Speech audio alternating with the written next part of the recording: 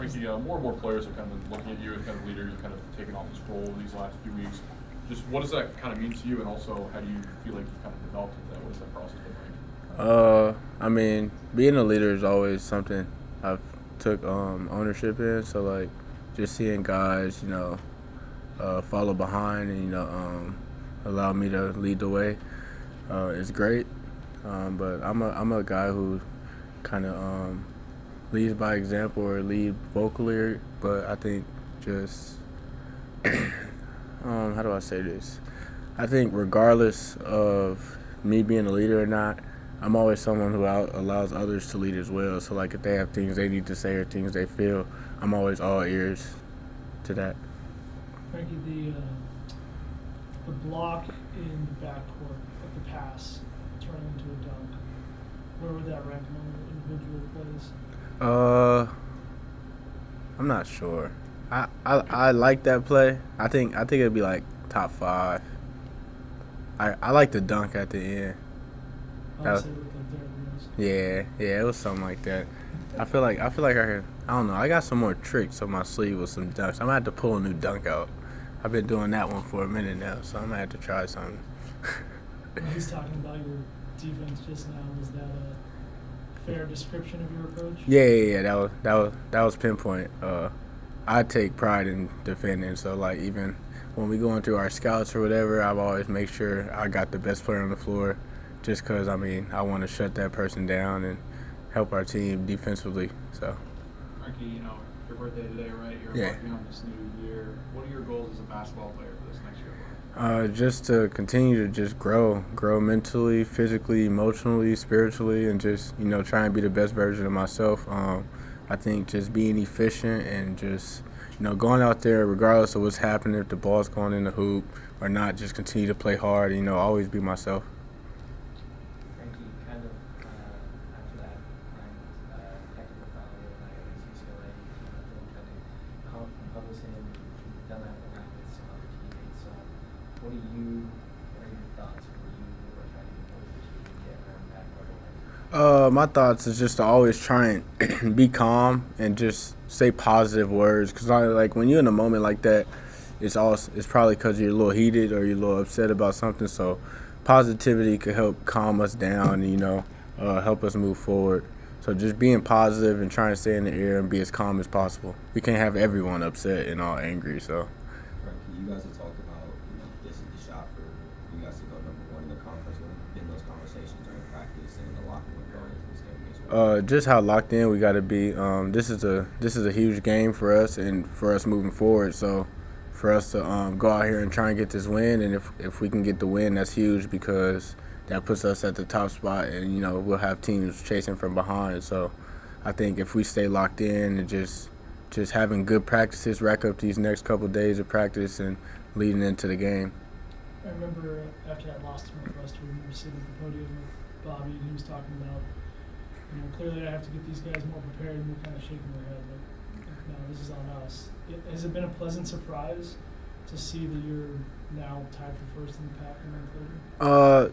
I don't think it's a surprise. I think it's just something that we had in us. I think we had this in us. I just think it just took maybe like a mental break for us. Like we had a mental break for us to go home with our families and Christmas break, enjoy our time. So now that we're back, we came back with a new mindset and everyone's playing hard and we're playing together. So that's what we were missing.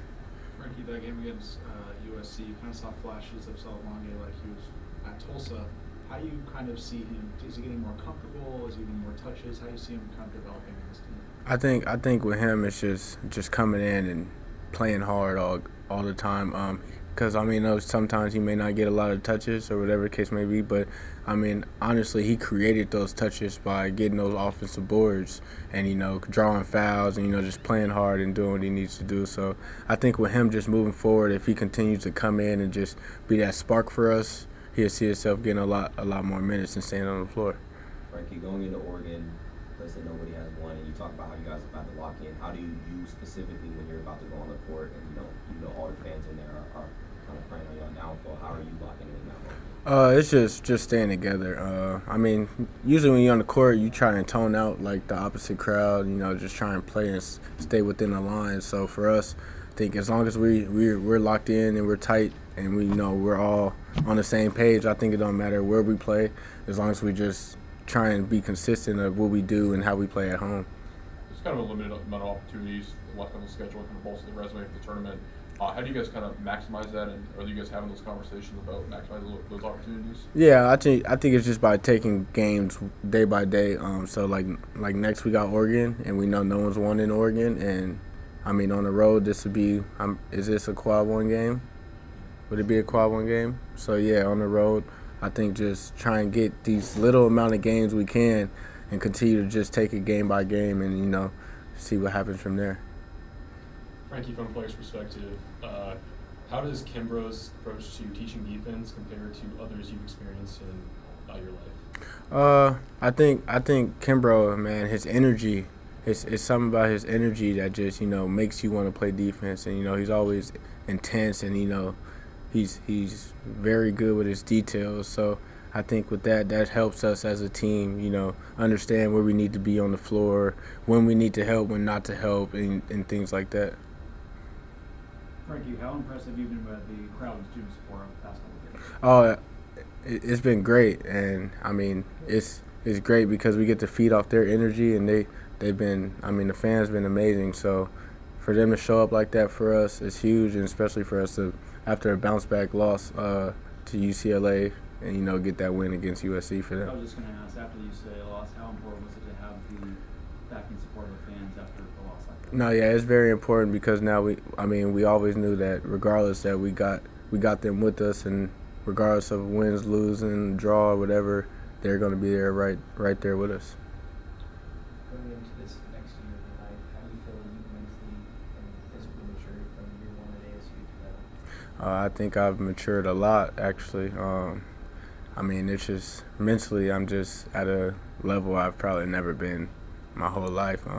Just positive and just trying to take everything day by day, and just thankful. I'm blessed.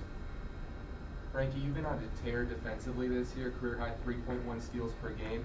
So what has led to just taking that big leap on the defensive end? Just pride, and understanding, watching film, and just understanding team schemes and players, rhythm dribbles and things like that. So it's been a lot of film, and just it's just something I've been doing. I've been playing defense my whole life, but it's just now that I'm older and maturing, and I'm in better shape, so it's allowed me to be out there for more minutes and allowed me to play hard for the whole time I'm out there. So that helps as well. Jemiah kind of talked about how you're really smart on defense, how you calculate when you're going to go for the ball and when you're not going to go for the ball. Can you kind of walk me through that mindset and that kind of those calculations? A lot of the times, say someone's dribbling up the floor, I try and calculate their dribbles, how many dribbles they take before they cross or whatever, or flinch at them and see how they would react if I flinch, so that'll let me know if I can gamble or not. But it's just, most of the time it just be me playing hard. If I just play hard, the ball just finds me. So, that's what it is most of the time.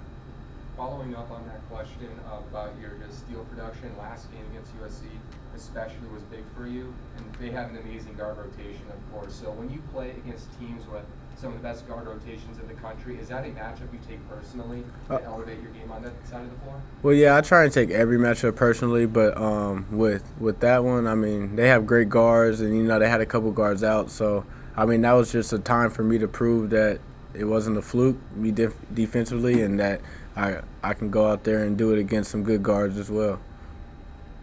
Frankie, when you say that mentally you're at a place you may not have been in your whole life, is that like a confidence thing? Bobby actually said that he thought you were more at peace with yourself. Yeah, I think I'm at a lot of peace with myself. Like I said, I've just been happy, and not dealing with any negative energy, and just having a lot of positive energy and just protecting my peace. So whenever something negative comes, I just maintain and be myself regardless of what it is. Just think of the bright side. Frankie, speaking of positive energy, which one of your teammates was the first one to text you after birthday? Who was it? I think it was JoJo. Oh no, Adam. We share the same birthday. It was Adam. It was Adam. Thank you. Appreciate that. Anything else? All right, we got Brian Salvami in the back. Thank you. Brian, your turn. Thank you, man. Coincidental that you guys have the same birthday, I huh? know.